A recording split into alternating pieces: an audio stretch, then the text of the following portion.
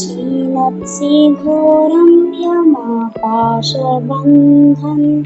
भेनत्सि भीमं भवपाशबन्धम् छीनत्सि सर्वस्य समस्तबन्धं नैवात्मनो भक्तकृतं तु बन्धम्। कहा जा रहा है, तुम यमराज के भयानक फंदे को काटते हो, तुम भौतिक अस्तित्व के भयानक फंदे को तोड़ते हो और तुम सभी के भौतिक बंधन को तोड़ते हो, लेकिन तुम अपने ही प्यार करने वाले भक्तों द्वारा बांधी गई गांठ को काटने में असमर्थ।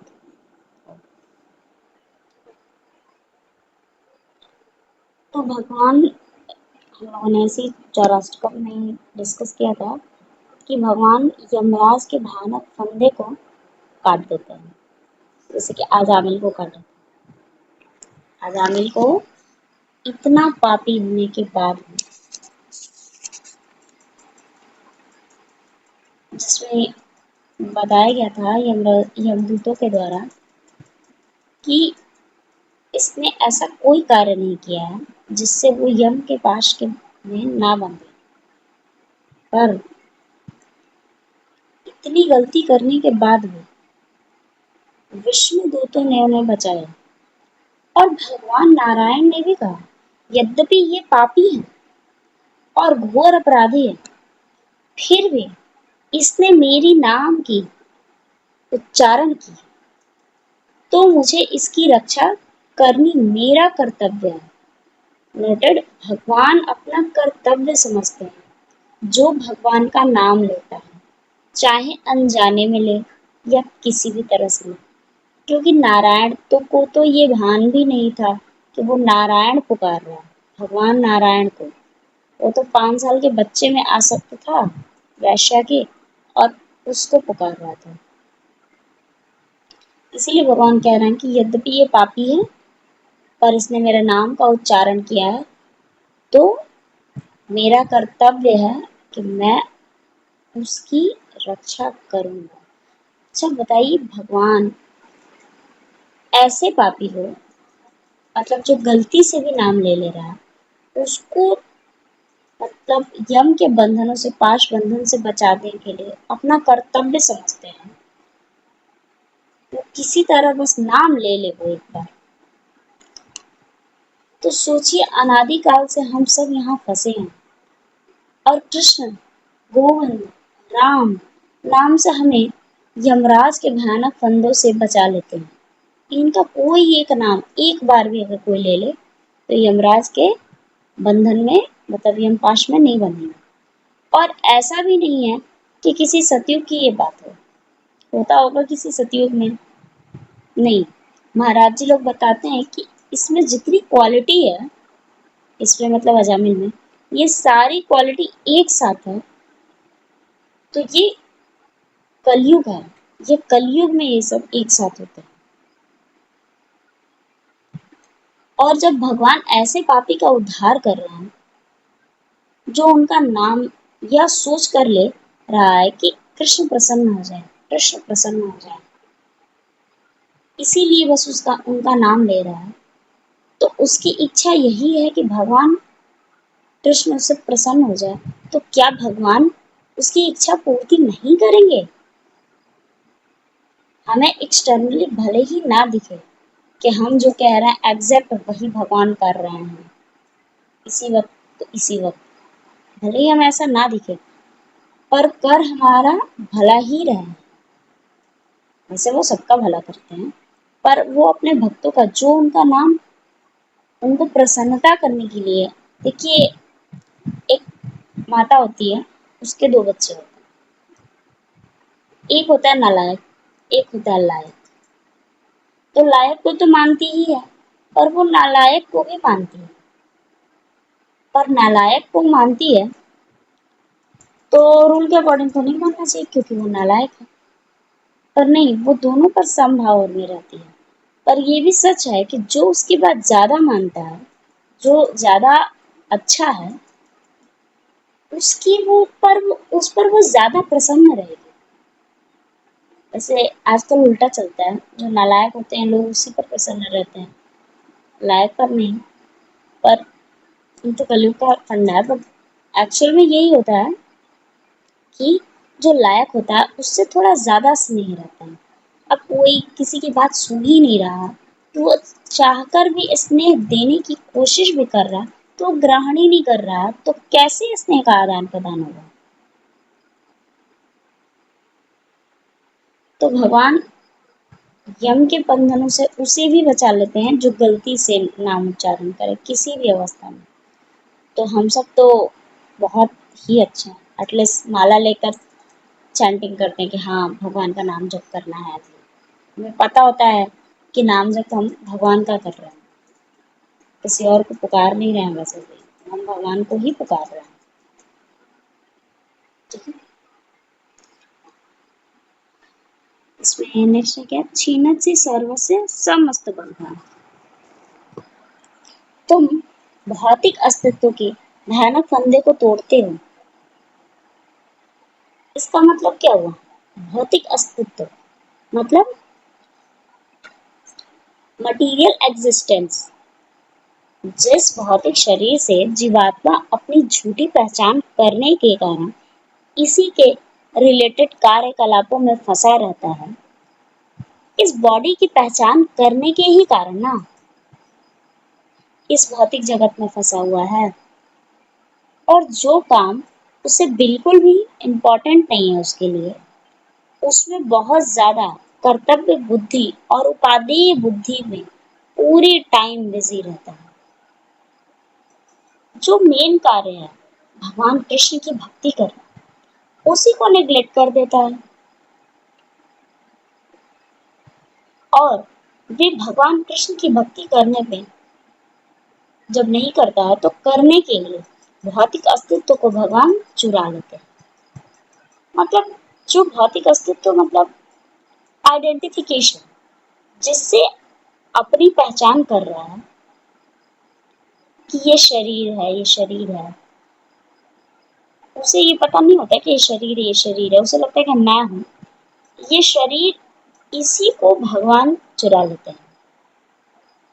एग्जाम्पल, ट्रेन में जैसे 3 सीटर होते हैं, उसमें 2 लोग बैठे होते हैं लोकल ट्रेन, और फिर कोई और व्यक्ति आता है तो 3 हो जाते हैं, और बैठता है तो फिर थोड़ा स्पेस कम होता है। फिर कोई और आते हैं थोड़ी देर बाद, तो फिर वो बैठता है और स्पेस कम हो जाता है। एडजस्ट नहीं कर पाता इंसान, थोड़ा सा सोचता अरे यार क्यों आ गया, नहीं रहता तो ठीक रहता ना, क्या आ गया ये। तो देखिए 2 लोग थे तो ज्यादा आराम से बैठे थे, फिर उसमें 3 लोग आए तो थोड़ा उनकी कंफर्टेबिलिटी कम हुई, और 4 हो गए तो थोड़ा उन्हें दिक्कत होने लगा एडजस्ट करने में। तो यही है कि वैसे ही है कृष्ण। कृष्ण वहां जहाँ रहते हैं, मतलब हृदय में जब आ जाते हैं तो चाहते हैं केवल वे ही रहें। लेकिन कृष्ण के अलावा हम बहुत सारे लोगों को इस जगत के कर्तव्य के को सीट दे देते हैं। हमें ये करना है, हमारा इनके प्रति कर्तव्य है, हमारा उनके प्रति कर्तव्य है। तो Krishna feeling very uncomfortable seat because he is very selfish love। वे बस चाहते हैं कि मुझसे प्यार करो, बस उन्हीं को अपना हृदय में सीट दे दो और किसी को नहीं। देखिए ऐसा इसलिए भी है ना क्योंकि भगवान हाँ स्वराज, उनको स्पेस चाहिए, उनको स्पेस चाहिए, ऐसे कंजेस्टेड नहीं। किसी भी रूप में अपने हृदय में जगह ना दो सिवाय भगवान के सिवा, और कोई भी चीज अपने हृदय में ना रखो। तुम सभी भौतिक बंधन को तोड़ देते हो। भगवान उस भौतिक बंधन को तोड़ते हैं जो झूठे रिश्ते हैं, मतलब देह से जुड़े हुए, उन बंधन को तोड़ते हैं। जैसे एक माता जी हैं, वो भक्ति करती हैं, पर उनके घर पर सपोर्ट नहीं है। उल्टा बहुत परेशान भी किया जा रहा है। तो ये बंधन ही है ना, कि अभी निकल नहीं पा रही हूँ वहां से। अब इस बंधन को अगर भगवान तोड़ देते हैं, मतलब जब भी तोड़ेंगे, तो क्या ये गलत है? जो बंधन भगवान के पास आने में बाधक बनता है, उसे हटा देते हैं। और अगर नहीं भी हटाते हैं, तो काल के रूप में वैसे ही वो छीन लेगा। देखिए, भगवान झूठे रिश्ते को तोड़ते हैं। अगर झूठे ही रिश्ते में फंसा रहेगा, तो रियल संबंध जो कृष्ण के प्रति है, उसे कैसे देखने का प्रयास भी करेगा? जब तक हम ये जानेंगे नहीं कि क्या सही है, क्या गलत है, तब तक हम कार्य भी नहीं करेंगे। इसलिए भगवान ऐसा करते हैं। लेकिन तुम अपने ही प्यार करने वाले भक्तों द्वारा बांधी गई गांठ को काटने में असमर्थ हो। यस, हम भगवान असमर्थ। ये हुआ था ना दामोदर लीला में। भगवान जो सर्व कारण है, सर्व कारण के भी कारण, सच्चिदानंद है, जो सर्वेश्वर है, वो यशोदा माता के प्रेम के कारण बंध जाता है। और क्या वो खोल नहीं सकते? जो मुक्ति प्रदाता है, जो मुक्ति दे सकते हैं, देते हैं, वो क्या एक बंधन नहीं खोल सकते हैं? और याद रखिएगा, उनके पेट बंधी थी दामोदर, ठीक है? हाथ खुले थे उनके, तो क्या वो खोल नहीं सकते थे? तो भगवान ये प्रूफ करना चाहते हैं कि वो भक्तों से उनका इतना स्नेह है कि वो उस बंधन को छूटना नहीं, वो उस बंधन से छूटना नहीं चाहते।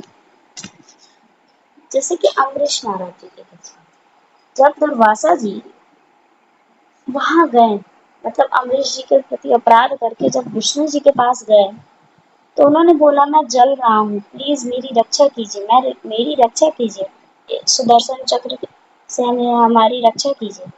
तो भगवान ने कहा कि मैं अपने भक्तों के द्वारा बंधा हुआ हूँ, मैं चाहकर भी कुछ नहीं कर सकता। जो मेरे भक्त हैं, उनके द्वारा मैं बंध जाता हूँ। भगवान भक्तों द्वारा बंध जाते हैं भगवान की इच्छा से, और बंध जाते हैं तो वो फिर वहां से निकलते नहीं, क्योंकि ये उनकी इच्छा है कि नहीं निकलना है। ठीक है, नेक्स्ट श्लोक।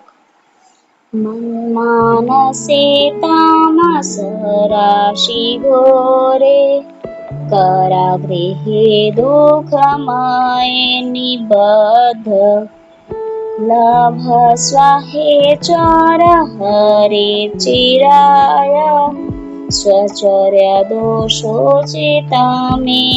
दण्डम्। हे मेरे सब कुछ चुराने वाले, हे चोर, आज मैंने तुम्हें अपने हृदय के दुखी कारागार में, घर में कैद कर दिया, जो मेरी अज्ञानता के भयानक अंधकार के कारण बहुत ही भयभीत है, और बहुत लंबे समय तक तुम अपने अपराधों के लिए उचित दंड प्राप्त करते रहोगे। पर हे मेरे सब कुछ चुराने वाले, भगवान ने अभी तक क्या क्या चुराया? तो माखन चुराते हैं, गोपियों के वस्त्र चुराते हैं, श्री राधिका के हृदय को चुराते हैं, बादलों से पानी चुराते हैं, जो चरणों की शरण लेते हैं उनके पापों को और कष्टों को चुराते हैं, आत्मसमर्पण करने वाले को एक भिखारी भेगर बना देते हैं, मतलब सब कुछ ले लेते हैं, उनके नाम उच्चारण करने वालों को पापों का कोई पहाड़ हो तो उनको भी चुरा लेते हैं, धन, सम्मान, इंद्रियां, यमराज के भयानक फंदे, भौतिक अस्तित्व के बंधन, सभी को चुरा लेते हैं। तो ये बताइए, अब बचा क्या? जब कुछ नहीं है, मतलब एक्सटर्नली,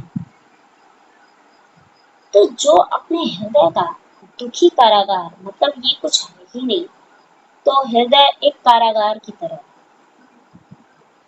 और वो भी दुखी कारागार। देखिए हृदय तो दुखी है, क्या भी ये सब कुछ है ही नहीं तो इंसान दुखी ही होगा। और मैं जनरली बोल रही हूँ। और कारागार मतलब जेल, जहाँ भगवान नहीं होते हैं वहां दुख होता है और उसे जेल कहते हैं। इसीलिए कह रहे हैं कारागार, मतलब जेल भगवान नहीं होते, जहाँ भगवान नहीं होते हैं वहां जेल होता है। वह जेल हो जाता है तो उसमें वह भगवान को कैद कर लेता है। तो जब वो कैद करता है भगवान को, तो मेरी अज्ञानता के भयानक अंधकार, तो जब जो अज्ञानता है और अज्ञानता के कारण भयानक अंधकार है, अब उस अंधकार के कारण भयभीत है हृदय। जहाँ भगवान नहीं होते हैं वहां पर तो अंधकार होता ही है, और भय भी वहां होता है जहाँ भगवान नहीं होता, इसीलिए भयभीत है। तो वही अज्ञान होता है, तो वही अंधकार होता है जहाँ भगवान नहीं होते, क्योंकि भगवान सूर्य की तरह है। वो जहाँ होते हैं वहां अंधकार हो ही नहीं सकता, चाह कर भी। भगवान की एक कमजोरी है, वो अंधकार को नहीं देख सकते, और सूर्य की भी यही कमजोरी, वो अंधकार को नहीं देख सकता। वो देखने जाएगा बस वहां उजाला हो जाएगा, तो कैसे देखेगा। बहुत लंबे समय तक अपराधों के लिए उचित दंड प्राप्त करते रहोगे। देखिए बहुत लंबे समय तक मतलब हमेशा, हमेशा, ऐसा कोई टाइम फ्रेम नहीं है, क्योंकि भगवान जब आते हैं ना तो फिर जाते नहीं है। भगवान को आने में टाइम लगता है पर जानते नहीं है। ऐसा कोई भक्त नहीं होगा जिसका हृदय से भगवान चले गए हैं। अगर भगवान एक बार आ गए उसके हृदय में और भगवान चले गए, तो एक भी ऐसा कोई भी भक्त व्यक्ति नहीं है। आने में टाइम अवश्य लगता है भगवान को, पर आने के बाद भगवान जाते नहीं हैं। जिस तरह से भगवान जो चीजें देते हैं वो शाश्वत रहता है, उसी तरह भगवान भी शाश्वत है। एक बार वो अपने आप को अगर किसी को दे देते हैं तो फिर वो उसके लिए हमेशा हमेशा के लिए देते हैं, कभी लेते नहीं।